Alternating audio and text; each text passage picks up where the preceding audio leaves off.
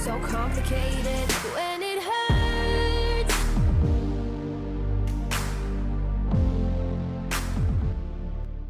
Yo, what's up guys? Dan bertemu lagi bersama Gorioris di MotoGP 24. Dan di video hari ini kita bakal mereview update terbaru dari MotoGP 24, yaitu penambahan kelas terbaru, yaitu kelas Moto E yang memang secara bertahap pasti milestone bakal memasukkan kelas ini di MotoGP gamenya dari tahun ke tahun, dan sekarang baru masuk di MotoGP 24. Tentu saja ini sudah menggunakan daftar riders paling baru ya, nyesuaiin sama MotoGP 2000 menyesuaikan sama Moto E di 2024 ini. Dan jujur guys ya, kalau soal livery, Moto E paling juara di antara semua kelas yang ada di FIM. Oke, sekarang ini kita bakal bermain di kelas Moto E, tapi sebagai Valentino Rossi. Ceritanya si Rossi ini lagi kembali balapan tapi di kelas Moto E, yang ibarat kata kayak lebih ringan buat riders yang udah lansia gitu kan. Oke, kalau gitu langsung aja menuju ke sirkuit Assen untuk sesi race di kelas Moto E. Race day has arrived here in Assen. The crowd has already packed the stands. Everything is ready for the traditional Dutch Grand Prix. Oke, sekarang kita udah tiba di sirkuit, dan misal kalian perhatikan, ini kondisi matahari udah menjelang sore hari, kayak udah mulai senja dan udah mulai ke kuning-kuningan atau udah mulai berwarna jingga. Nah, ini misal kalian perhatiin, ini bener-bener ngikutin jadwal Moto E yang asli, karena jadwal Moto E itu digelar ketika balapan reguler seperti kelas Moto3, Moto2 hingga MotoGP udah selesai semuanya, dan real time-nya itu udah mau masuk ke waktu maghrib, dan ini benar-benar dibikin seperti itu. Jadi kayak detail kecil tapi sama milestone benar-benar diperhitungkan mulai di MotoGP 24 ini. Pokoknya ini game benar-benar the best banget. Gue rasa ini jadi best MotoGP game selama gue main di era Unreal Engine. Oke, Valentino Rossi back on track, dan sekarang ini kita bakal bahas settingannya di sini. Untuk masalah remnya, untuk piringan cakram nggak ada opsi pilihan lainnya. Jadi gue rasa ini cuma satu pilihan saja untuk piringan cakram. Kemudian suspensi bisa di adjust, kemudian anti wheelie, ECU juga bisa kita adjust. Jadi di sini gue bakal coba naikin engine brake, ngurangin anti wheelie, karena gue rasa anti wheelie nggak berguna, karena ini motor tuh harusnya nggak bakal senendang kayak kelas MotoGP. Oke lah, langsung saja kita mulai sesi race di Assen untuk kelas Moto E.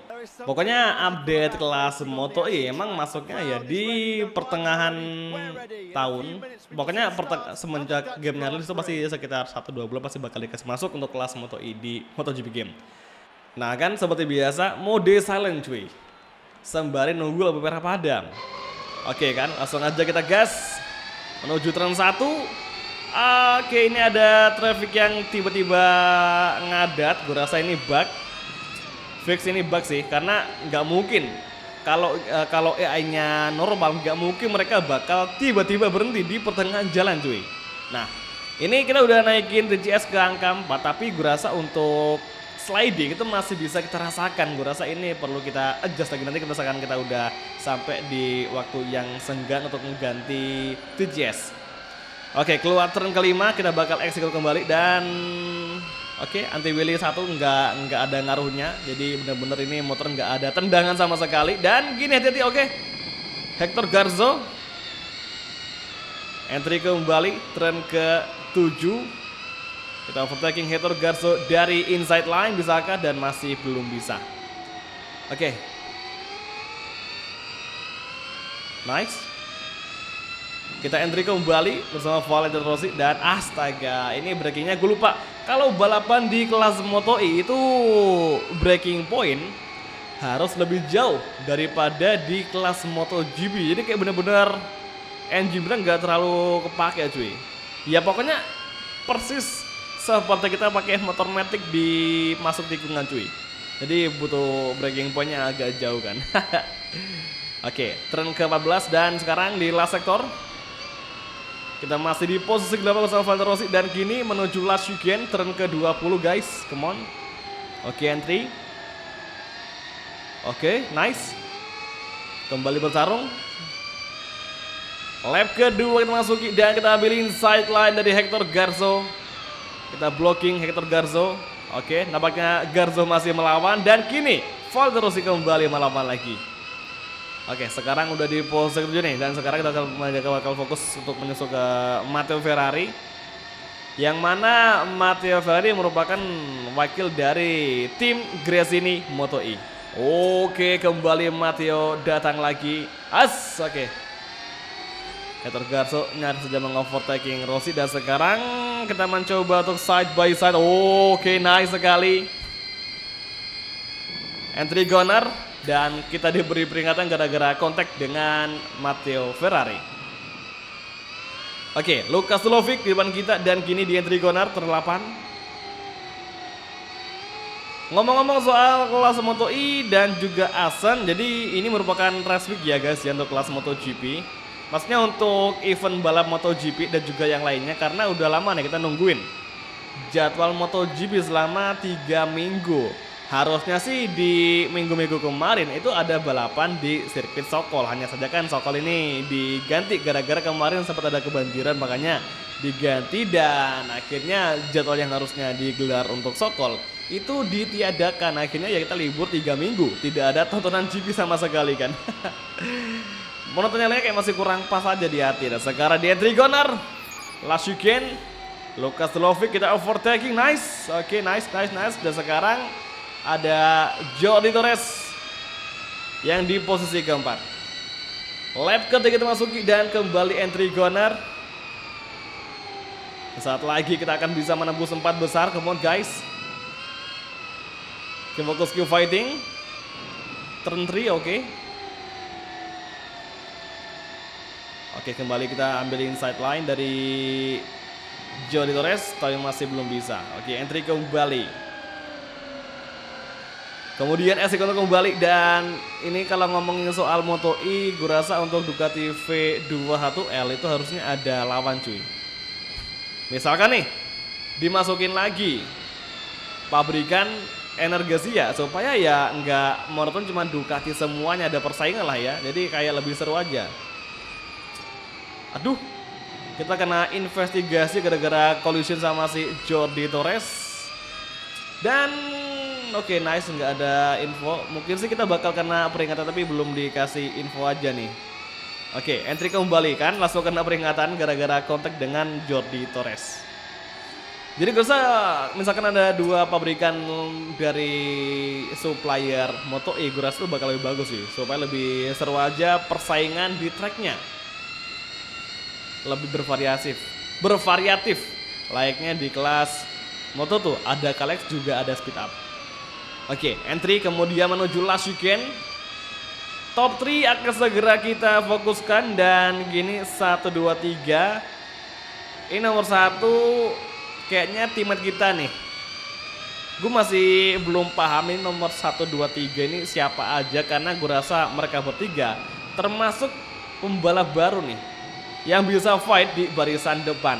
Enggak sih, kalau ini yang nomor 3 kayaknya Kevin Zanoni, udah ada sejak musim lalu. Terus ini ada juga, oh ya, Mattia Cassedi. Gue masih lupa nih sama namanya. Dan jujur ya, misal kita ngeliat daftar riders moto itu yang paling banyak itu dari Italia cuy. Gak tau kenapa pembalap moto ini didominasi sama riders asal Italia. Apakah karena Ducati dari Italia makanya mereka pada bisa masuk dengan mudah? Ya mungkin aja, itu masih spekulasi liar cuy. Oke, entry kembali, dan sekarang Kevin Zanoni akan kita coba tempel dulu di turn 8 ini. Oke, makin rapat guys, come on.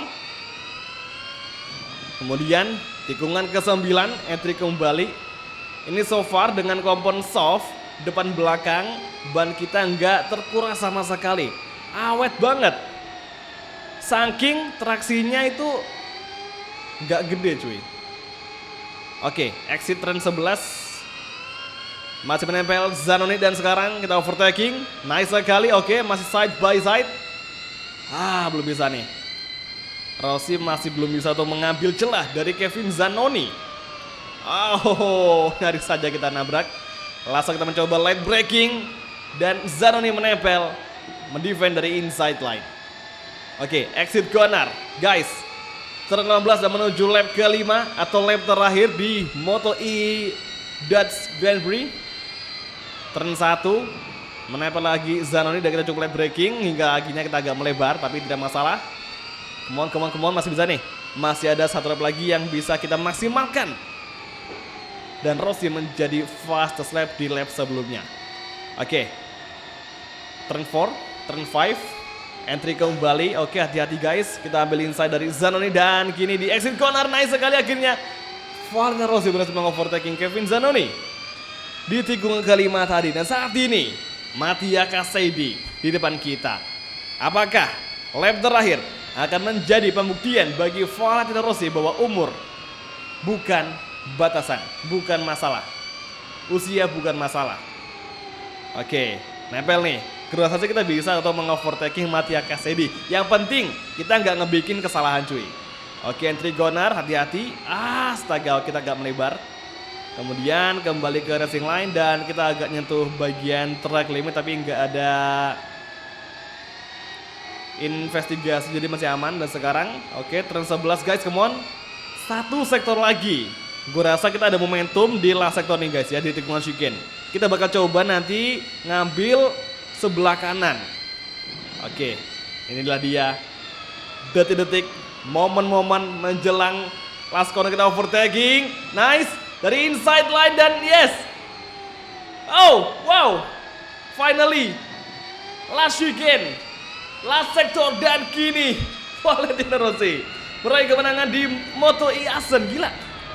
Kelas lap 12 ya cuy. Kita ngambil dari outside kemudian kita blocking dan akhirnya di exit corner kita memiliki momentum yang pas untuk keluar lebih cepat dan kita langsung meraih kemenangan di GP Assen bersama Valentino Rossi. Nggak kebayang misalkan Rossi itu kembali lagi balapan tapi di kelas Moto2. Ya siapa sangka nanti Rossi pengen wildcard kemudian dia join di balapan Moto2. Ya siapa tahu kan. Ya meskipun udah umurnya 45 tahun tapi ya siapa sangka misalkan nanti dia emang pengen balapan lagi dan nyoba-nyoba gitu kan. Oke, hari ini kita udah main di kelas Moto2 dan so far masalah yang gue dapat ya cuman tadi ketika start itu ada pembalap yang kena traffic tiba-tiba berhenti mendadak dan itu sedikit mengacaukan start. Jadi gue rasa itu bug yang harus di fix in untuk kelas Moto2. So far untuk masalah selama balapan EA-nya bagus, nggak ada yang problem, nggak ada yang lebar, nggak ada yang keluar dari race line, semuanya aman. Ya pokoknya start tadi aja yang kurang dari Moto ini. Jadi buat yang pengen nyobain langsung aja kalian update Genito versi paling baru dan rasain sensasinya motor yang bener-bener tidak ada suara raungan mesin cuy. Jadi gue rasa ya ini Moto2, motor masa depan yang gue rasa yang saat ini gue masih belum dapat gimana atau apa feel yang bisa ngebikin gue suka sama balapan Moto2. So far nggak ada, jadi ya entahlah.